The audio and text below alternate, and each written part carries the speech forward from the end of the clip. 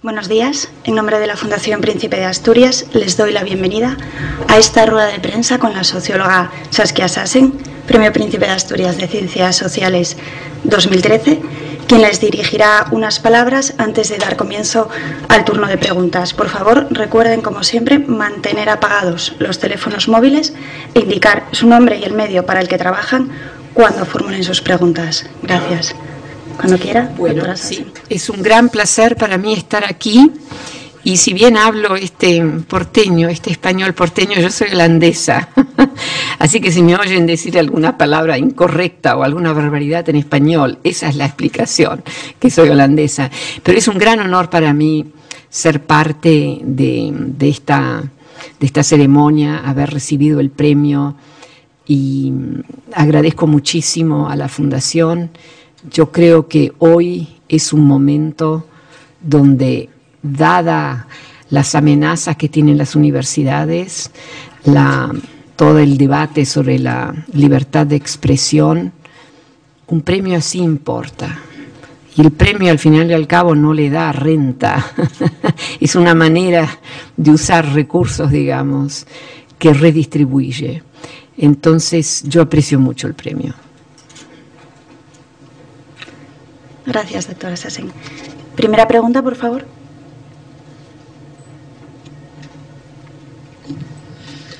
Muy buenos días, soy Luz de la Fuente de Radio Nacional.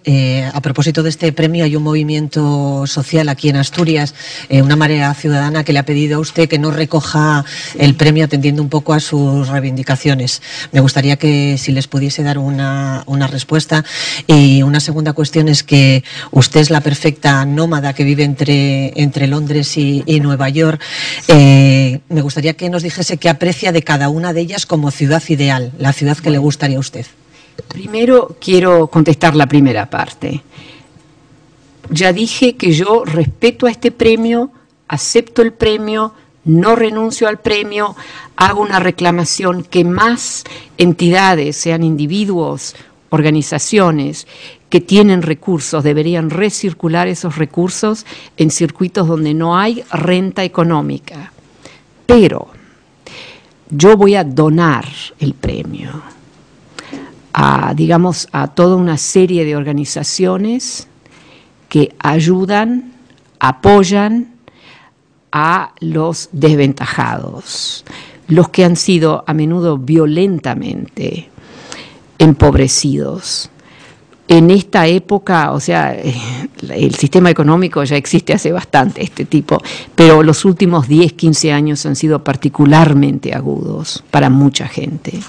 En mi último libro, que llamo Expulsiones, complejidad y brutalidad en la economía global, hago todo un análisis. Entonces, yo acepto el premio, quiero valorizar ese premio, quiero, hacer ímpetus para que haya más de esos premios reconociendo a trabajo académico que no viene siempre con renta, pero voy a donar el premio, el dinero del premio, a una serie de organizaciones en España, especialmente también en Asturias, que pueden usar ese premio para redistribuir, para ayudar. Es una contribución modesta, a un proyecto que realmente es un proyecto amplio de redistribuir recursos. La segunda parte, yo la nómada. Yo ahora estoy en Asturias. Eso es el nomadismo. No es que sea binacional, eso también, pero el nomadismo, yo voy a Estambul por un día, I put down my tent, ¿cómo se dice?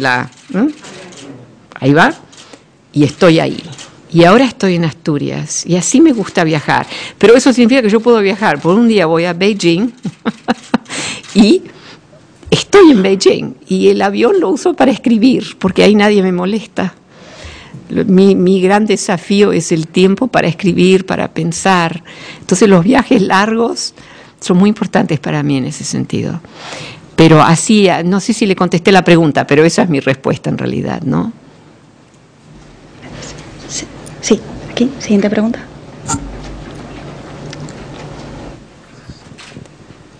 Eliseo Campo, de Corporación Celaya Comunicaciones México. Quisiera preguntarle si considera usted que es defendible este sistema capitalista en el que vivimos, a pesar de las evidencias de las terribles desigualdades sociales y económicas que genera. Y una segunda pregunta sería, ¿qué opina del empobrecimiento del estado de bienestar que se está sufriendo en España? Sí. Ello a veces para dar en Estados Unidos. Para dar cumplimiento con a veces con las demandas de la Unión Europea, el desmantelamiento que estamos viviendo de este estado de bienestar. Bueno, yo en realidad cuando tenía 13 años me volví comunista y estudié ruso, nadie me había pedido. Pero realmente a mí eso no me duró demasiado tiempo, esa fase, pero por varios años. Pero se me pasó, podría uno decir. Yo creo en los mercados.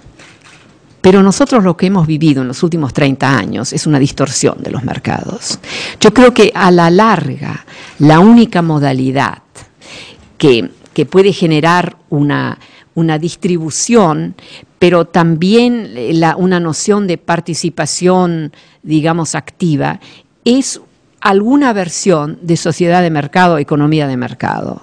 Pero lo que hemos tenido en los últimos años es una apropiación excesiva, una distorsión de los mercados. Fíjense en la multa que tiene que pagar JP Morgan, 13 billones. Ellos supuestamente funcionan en un mercado financiero, pero han hecho distorsión. Entonces, el keynesianismo fue una buena versión. Siempre hubo desigualdad, siempre va a haber desigualdad. Siempre hay un exceso de acumulación al top. Pero lo que hemos vivido en los últimos 30 años es una brutalidad, y como digo, una brutalidad que surge a menudo de formas de conocimiento, de complejidades que admiramos. Pero al final, como el outsourcing de puestos de trabajo, lleva mucha logística, compleja ingeniería, contabilidad, finanzas, para al final, al cabo, producir ¿qué? Empleos en situaciones muy degradadas. Pensemos Bangladesh, para mencionar un caso reciente. Eso es como queremos usar estos conocimientos, estas complejidades. Entonces, mi posición es sí economía de mercado, pero realmente mercados. Y eso hace bastante que no lo tenemos, Así hay mercado de pequeño, pero a nivel alto de la economía, ahí no hay mercados. Cuando hablamos del libre tratado, del libre comercio, el 60% es comercio internacional entre distintas branches, afiliales de una empresa. Cada empresa tiene sus propias. Entonces, eso no es el libre comercio. Y vamos eliminando a los pequeños productores de ese mercado mundial. Entonces, esa es mi respuesta. La segunda era la pregunta que me... El empobrecimiento del estado de bienestar. Bueno, esa es otra cosa. Si uno se fija, mismo Alemania, el Estado va perdiendo recursos. Entonces uno se tiene que preguntar, ¿qué pasó? Algunos de los trabajos que hicieron nuestros estados, digamos, en el occidente, después de la Segunda Guerra Mundial, no lo podrían hacer ahora. Infraestructura a nivel nacional, vivienda, alzar la calidad de toda una serie de condiciones de vida, digamos. Eso ahora es más y más difícil. Nuestros estados se están empobreciendo. Ahora, yo tengo unos cuadros muy dramáticos en este nuevo libro donde muestro que los recursos de los estados van bajando y los recursos, la renta, etcétera, del sector económico corporativo a nivel alto va aumentando. Una caída también de los impuestos que pagan esas empresas. Entonces ahí hay una distorsión enorme, no sé si me expliqué ahí, o sea, los estados pierden, somos nosotros los que perdemos, pero nosotros también hemos directa e indirectamente transferido mucho al sector corporativo, no porque fue nuestra decisión, aclaremos. Entonces tenemos un problema enorme. Yo creo además que no es simple resolverlo. Estamos hablando de sistematicidades, no es que sean individuos, no son las élites. Las élites ellas mismas son solamente un elemento en toda una serie de condiciones que son también en parte, digamos, mercados electrónicos, interacciones dentro de los mercados electrónicos a una velocidad espeluznante, nadie puede controlar. Algunas cosas se pueden cambiar, las élites pueden cambiar ciertas cosas, los liderazgos corporativos pueden cambiar ciertas cosas, pero hay tendencias profundas en este sistema que va a ser muy difícil cambiarlas, digamos.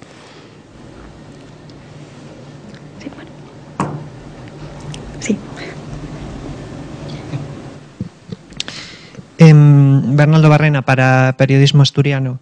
¿Qué opina, o quería preguntarle si había tenido la oportunidad de investigar o estudiar un poco sobre estos colectivos, aquí por ejemplo en España, como Stop Desahucios, que parece que están intentando recuperar las funciones que pierde el Estado a la hora de proteger a sus ciudadanos? Y si en un futuro va a tener que, digamos que va a tener que volcarse esa búsqueda del bienestar o esa búsqueda de la protección social del Estado a los ciudadanos, o el Estado puede recuperar esa función. Bueno, yo creo que la ciudadanía también se tiene que movilizar. Yo siempre digo, la ciudadanía no se consume, se hace. Y nosotros, la clase media, creo que nos hemos vuelto consumidores de nuestra ciudadanía. Y son las clases medias las que más están sufriendo hoy, porque no saben cómo manejar esa pérdida de las protecciones del Estado, digamos, ¿no es cierto? Mientras que los pobres siempre han debido, y las élites tienen para ser élites, porque no es lo mismo ser rico que ser una élite, ¿no es cierto? Entonces somos nosotros las clases medias que hemos sido los grandes beneficiarios del estado de bienestar. A nosotros nos hizo la gran diferencia ese estado. Y ahora estamos ahí como que no sabemos cómo manejarlo. Entonces yo creo que, por un lado, la ciudadanía se tiene que movilizar. Tenemos que hacer ciudadanía. Hoy a la tarde, cuando hablamos en la calle, si no llueve demasiado, quiero hablar también sobre eso. Pero al mismo tiempo el Estado, yo siempre digo, el Estado hay que reocuparlo con proyectos más amplios que los proyectos que han caracterizado a muchos de nuestros estados en los últimos 20 años, que ha sido realmente, a un punto excesivo, facilitar un cierto tipo de capitalismo. Hay que volver a un capitalismo que también puede incentivar, digamos, a las subeconomías de vecindario, de pequeña ciudad. Necesitamos una distribución de las actividades económicas. Necesitamos, por ejemplo, pequeñas bancas. Ustedes quizás todavía lo tienen en España. En Estados Unidos, en los últimos 6 años, hemos perdido más de 10.000 pequeñas bancas. Todo lo que es el consumo de la banca de consumidores, ¿no?, de pequeños consumidores, está concentrado el 70% en Estados Unidos en las 6 grandes bancas internacionales. Lo que ellos recuperan a través de la tasa de interés o lo que fuere, vaya uno a saber dónde va. Si es una pequeña banca local, mismo si el propietario es un poco monstruoso, digamos, ¿no? Pero recircula. Tenemos que recircular, redistribuir, relocalizar. Esa es una modalidad. Entonces yo creo que sí, hay que hacer innovación y también hay que hacer ciudadanía. Siguiente pregunta. Gracias. Del diario El País de Uruguay y la radio oficial Sodre de Uruguay siempre. Le quería hacer esta pregunta. ¿Cuál es la función y si realmente tienen utilidad los organismos internacionales tales como las Naciones Unidas, la FAO, Food and Agriculture, y ante lo que estamos viendo? ¿Han evolucionado? ¿Tienen un contenido? Cuando uno ve un drama humano como es el episodio de Lampedusa, por ejemplo, todo ese tema terrible de la inmigración y estas vidas que se pierden así, de a 300, de a 400. Todos estos organismos, la evolución de la ciencia económica, de las ciencias sociales, ¿qué función tiene? A ver. Bueno, por eso yo llamé a ese librito nuevo mío Complejidad y Brutalidad Elemental, digamos, ¿no? Y Expulsiones es, digamos, el título. Yo creo que es muy peculiar lo que está pasando. Entonces, a mí me parece que el espacio donde hacemos las innovaciones y donde se toman las grandes decisiones por parte de los actores, sean políticos o estados o económicos, es un espacio que ahora se enfoca muchísimo sobre un registro muy limitado. Y es en realidad la noción que si no se protege al sistema financiero y bancario, el resto de la economía se va para abajo. Hay una verdad en eso, pero el hecho que haya una verdad en eso es parte de la distorsión, que hemos llegado a eso, que un sector manufacturero sano pueda sufrir e irse para abajo porque la cosa financiera, la articulación financiera, no, o sea, está en crisis. Hay algo ahí equivocado. Y hubo una época, nosotros sabemos que hay una versión del capitalismo que no es así. y son las décadas del que llamamos aquí, así un poco superficialmente por ahí, del keynesianismo.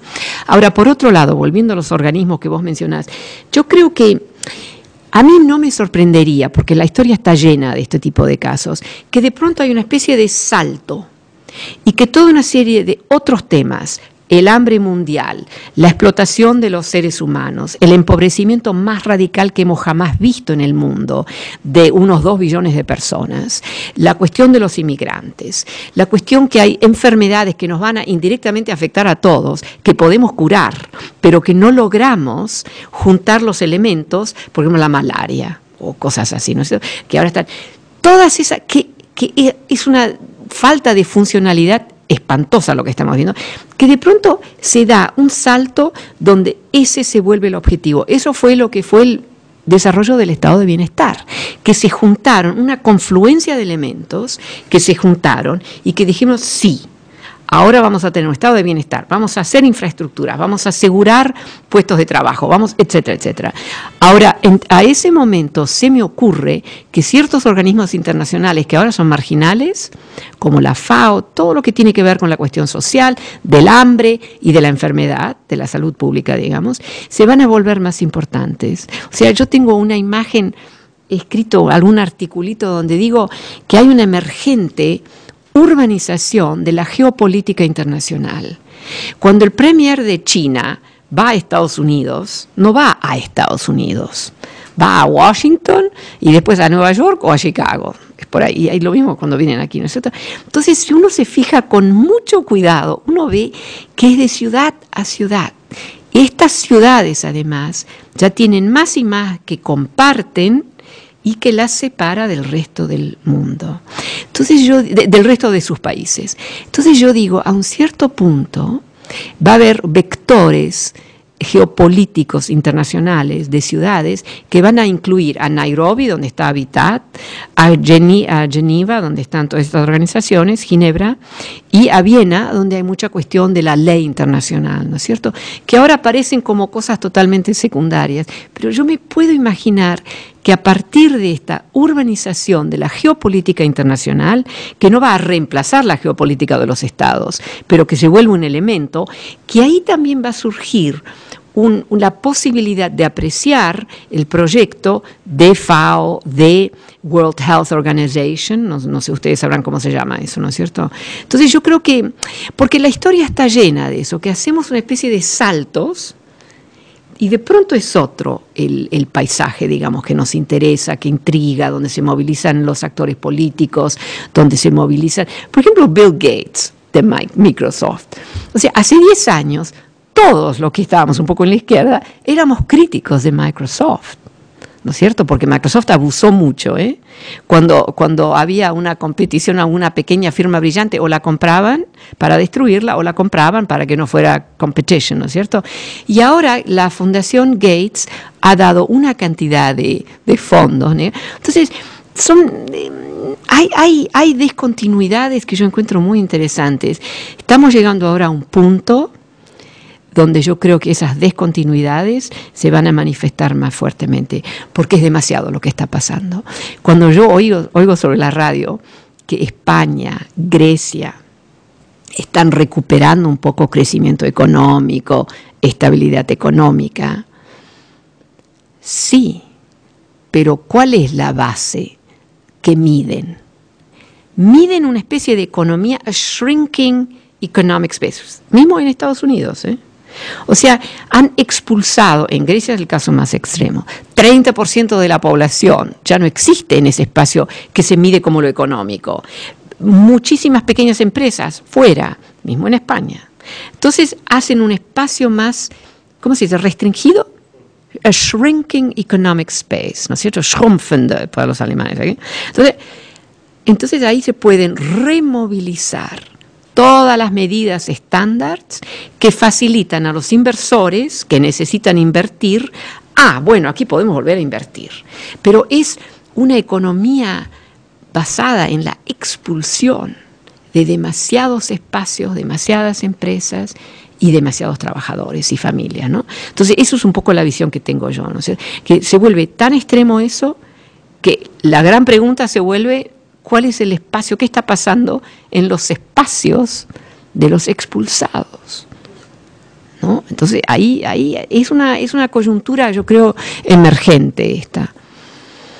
Ahora, yo no soy tímida en mis visiones, yo me lanzo. Pero veremos en 3 años dónde estamos. Sí. Tenemos tiempo para una última pregunta. Buenos días, Arturo Tellez, de Onda Cero Asturias. ¿Qué opina de las ideologías nacionalistas en la actualidad, en el día de hoy? Bueno, esa es una de las grandes contradicciones. Yo creo que hay una especie de infraestructura social de prácticas cotidianas que tiene un globalismo, ¿no?